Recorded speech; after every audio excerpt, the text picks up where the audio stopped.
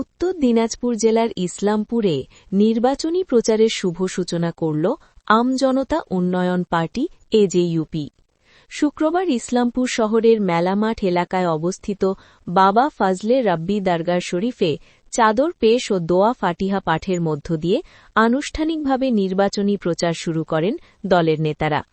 এই কর্মসূচিতে উপস্থিত ছিলেন আমজনতা উন্নয়ন পার্টির রাজ্য জেনারেল সেক্রেটারি তৌহিদ আহমেদ খান। এছাড়া উপস্থিত ছিলেন এজেইউপির উত্তর দিনাজপুর জেলা সভাপতি আলতামাস চৌধুরী সহ জেলার বিভিন্ন বিধানসভা কেন্দ্রে এজেইউপি দলের মনোনীত প্রার্থীরা। দরগাহ শরীফে দোয়া ফাতিহা পাঠের পর দলীয় নেতৃত্ব জানান, আজ থেকেই তারা সাধারণ মানুষের ঘরে ঘরে পৌঁছে দলের বার্তা তুলে ধরবেন এবং জেলার বিভিন্ন প্রান্তে নির্বাচনী প্রচার জোরদার করবেন। এদিন বক্তব্য রাখতে গিয়ে তারা কেন্দ্রের বিজেপি সরকার ও রাজ্যের শাসক দলকেও কটাক্ষ করেন। দলীয় নেতৃত্বের দাবি, মানুষের সমর্থন নিয়ে উত্তর দিনাজপুর জেলার একাধিক আসনে আমজনতা উন্নয়ন পার্টি ভালো ফল করবে এবং জয়লাভ করবে বলেও তারা আশাবাদী। এছাড়াও রাজ্য জেনারেল সেক্রেটারি তৌহিদ আহমেদ খান জানান, জেলায় মোট ৮টি বিধানসভা আসনেই হুমায়ুন কবিরের দল প্রার্থী দেবে এবং লড়াই করবে। তিনি আরও জানান, চাকুলিয়া বিধানসভা কেন্দ্রে প্রার্থী পরিবর্তন করা হয়েছে। আগে নূর আলমকে প্রার্থী করা হলেও তাকে বর্তমানে জেলার মনিটরিং সেক্রেটারি পদে দায়িত্ব দেওয়া হয়েছে। তার পরিবর্তে অ্যাডভোকেট ফিরোজ আলমকে চাকুলিয়া বিধানসভা কেন্দ্রের নতুন প্রার্থী করা হয়েছে। আমরা পরিচয় করিয়ে দিই, আমাদের গোয়ালপুকুরের প্রার্থী মাস্টার তৌহিদ আহমেদ খান, উনি আমাদের এজেইউপি রাজ্য সম্পাদক। উনি কালকে রাতে এসেছিলেন এবং আমরা ঠিক করি যে আজকে বাবা ফজলে রব্বি মস্তান সাহেবের মাজারে, যেটা দরগা, ওখানে আমরা হুমায়ুন কবিরের নামে দোয়া এবং ফাতিহা করে চাদর দিয়ে তারপর আমরা আমাদের প্রচার শুরু করব।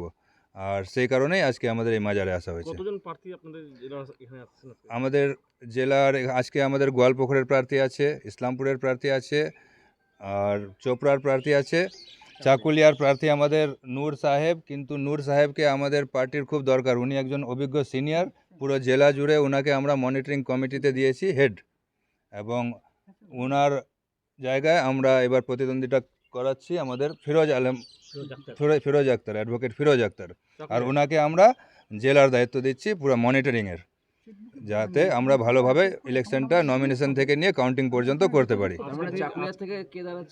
অ্যাডভোকেট ফিরোজ আহমেদ। আজকে থেকে কি প্রচার শুরু আপনাদের? আজকে থেকে প্রচার শুরু। এখান থেকে আমরা চোপড়া যাব, চোপড়ায় জয়েনিং আছে অনেকগুলো, জয়েনিং করে আবার আমরা রাতে ইসলামপুরে ঢুকবো।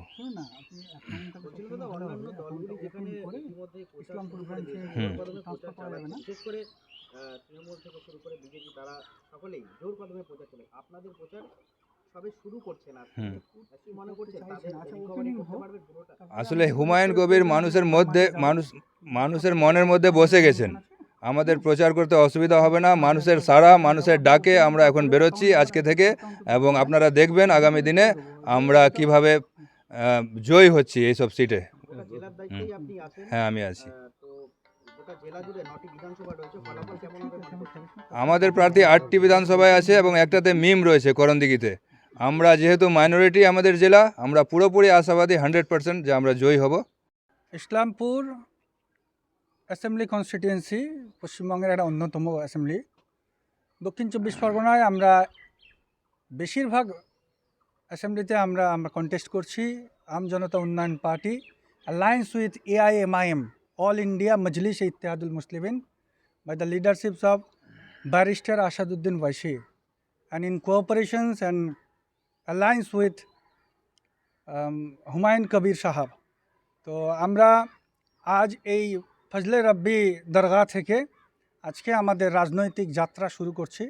আমাদের জেলা প্রেসিডেন্ট মাননীয় আলতামাস চৌধুরী সাহেব রয়েছেন, এবং আমরা সারা ডিস্ট্রিক্টের প্রতিটি অ্যাসেম্বলিতে আমরা মুভ করব আজ থেকে, এবং আমাদের যারা ফলোয়ার্স রয়েছেন তাদের প্রত্যেকে আমরা আন্তরিকভাবে রিকোয়েস্ট করছি, বিশেষ করে AIMIM পার্টির ফলোয়ার্স যারা রয়েছেন এবং আম জনতা উন্নয়ন পার্টি যারা ফলোয়ার্স রয়েছেন, একসঙ্গে আমরা কাঁধে কাঁধ মিলিয়ে এই লড়াইয়ে সামিল হব, এই প্রতিজ্ঞা নিয়ে আজকে এখান থেকে আমরা বেরোচ্ছি। প্রচারে কি হুমায়ুন কবির আসবেন?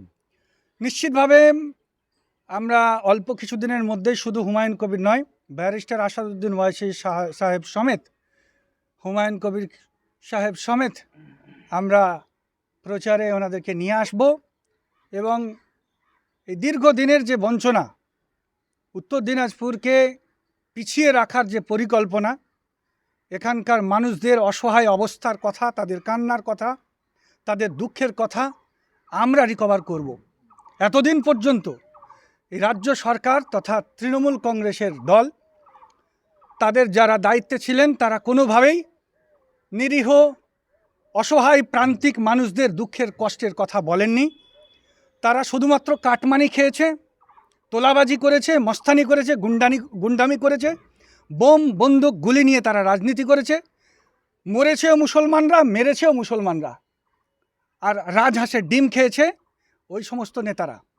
তাই আমরা, আমাদের পার্টি আম জনতা উন্নয়ন পার্টি শপথ নিয়েছে যে সারা পশ্চিমবাংলার কোনায় কোনায় সঠিক রিপ্রেজেন্টেটিভ তৈরি করা, প্রতিনিধিত্ব তৈরি করা, কমিউনিটি লিডারশিপ তৈরি করা। আমাদের দুঃখের কষ্টের কথা যারা বলবেন তাদেরকে সঙ্গে নিয়ে তাদের অসুবিধার কথা শুনে আমরা বিধানসভায় প্রতিনিধিত্ব করব, এই দৃঢ় প্রতিজ্ঞা নিয়ে আজকে আমরা সকল প্রার্থী একত্রিত হয়েছি এবং আমরা এই ফজলে রব্বির দরবার থেকে আমরা আজকে আমাদের রাজনৈতিক যাত্রা শুরু করছি। হ্যাঁ, আমাকে দল দায়িত্ব দিয়েছেন এবং ইসলামপুরে আমাকে প্রার্থী ঘোষণা করেছেন। তো আজকেই আমরা কনফার্ম হয়ে গেলাম, দলের তরফ থেকে উনি লিস্ট পাঠিয়ে দিয়েছেন। আমরা আজকে আমাদের ইসলামপুরের যে বাবা ফজলে রব্বি মস্তান সাহেব আছেন, ওনার এখানে এসে চাদর দিয়ে আমরা আমাদের প্রচারের শুভ আরম্ভ করতেছি। প্রথমে কোথায় প্রচারে যাবেন আজকে আমরা ইসলামপুর থেকে এখান থেকে শুরু করলাম, প্রথমে ইসলামপুর টাউনেই করবো আজকে। কি মনে হচ্ছে, একদিকে কানাডা আরওয়াল, অন্যদিকে হচ্ছে বিজেপি, কি দেখেন, সর্বপ্রথম কথা যে ইসলামপুর কেন, পুরা পশ্চিমবঙ্গে মমতা ব্যানার্জি শুধুই আমাদের মুসলিম মাইনরিটিকে ভোট ব্যাংক বলে ব্যবহার করেছে। এর আগে সিপিএমও আমাদেরকে ভোট ব্যাংক হিসাবে ব্যবহার করেছিল। আমরা এটা আশাবাদী আছি যে ইসলামপুর আমাদের কমিউনিটি এরিয়া, আমাদের মুসলিম মাইনরিটি এরিয়া, এখানে ইম্প্যাক্টটা মুসলিম মাইনরিটি আছে। আশা করি আমরা যে হুমায়ুন দাকে দেখে আম জনতা উন্নয়ন পার্টির যে প্রার্থী আছে তাকে লোক মন ভরে আশীর্বাদ করবে। একেবারে বিধায়ক আব্দুল করিম থেকে এবার দল টিকিট দেয়নি, সেক্ষেত্রে কতটা আপনার সুবিধা কেন হবে? দেখেন, এটাই আমার সর্বপ্রথম তৃণমূল পার্টির কাছে এটাই আমার প্রশ্ন। যেহেতু ইসলামপুর একটা মুসলিম প্রভাবিত এলাকা, তো আমাদের ইসলামপুরে করিম সাহেবের বয়স হয়েছে, ওনাকে টিকিট দিল না, কিন্তু তার বদলে যে কোনো মুসলিম মাইনরিটি ক্যান্ডিডেট দিতে পারতো। আমাদের এখানে তো মুসলিম নেতা আরও রয়েছে, কেন দিল না মমতা ব্যানার্জি? আমাদের সাথে বেইমানি করতেছে, এটা ইসলামপুরের লোকের সাথে এটা বেইমানি আছে।